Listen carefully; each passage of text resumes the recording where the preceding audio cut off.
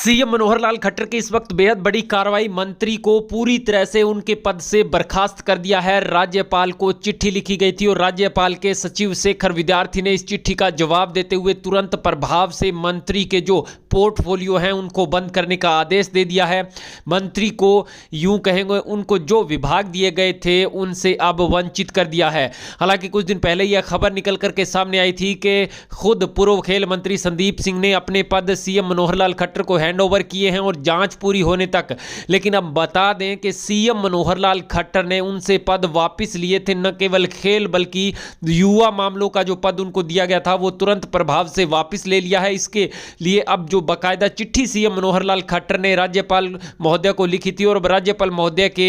सचिव की तरफ से शेखर विद्यार्थी की तरफ से तुरंत प्रभाव से उनके पदों को निरस्त करने की चिट्ठी लिख दी गई है।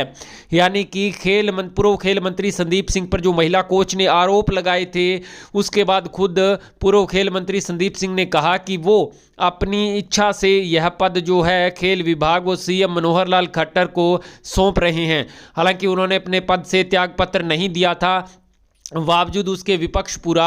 इस्तीफे पर अड़ा हुआ था और इसको लेकर के अब बड़ी खबर निकल करके सामने आई है कि उनसे पद इस्तीफा उन्होंने नहीं दिया बल्कि लिया गया है।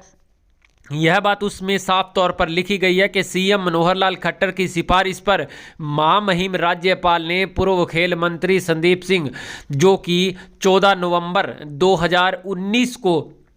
जो कैबिनेट बनाई गई थी उसमें एक मिनिस्टर हैं और उनसे तत्कालीन प्रभाव से तत्काल प्रभाव से जो पद हैं उनसे वापस लिए जाते हैं, क्योंकि उन पर एक मुकदमा दर्ज है और उस मुकदमे में किसी प्रकार की कोई आंच न आए, बिल्कुल निष्पक्ष तरह से जांच होनी चाहिए, जिसको लेकर के वो अपने पद को छोड़ रहे हैं। लेकिन अब सामने खबर जो निकल करके आई है कि सीएम मनोहर लाल खट्टर ने मंत्री को हटाया था। जो भाजपा की पहले दिन अहम मीटिंग हुई थी उस मीटिंग के अंदर फैसला लिया गया था और वह बात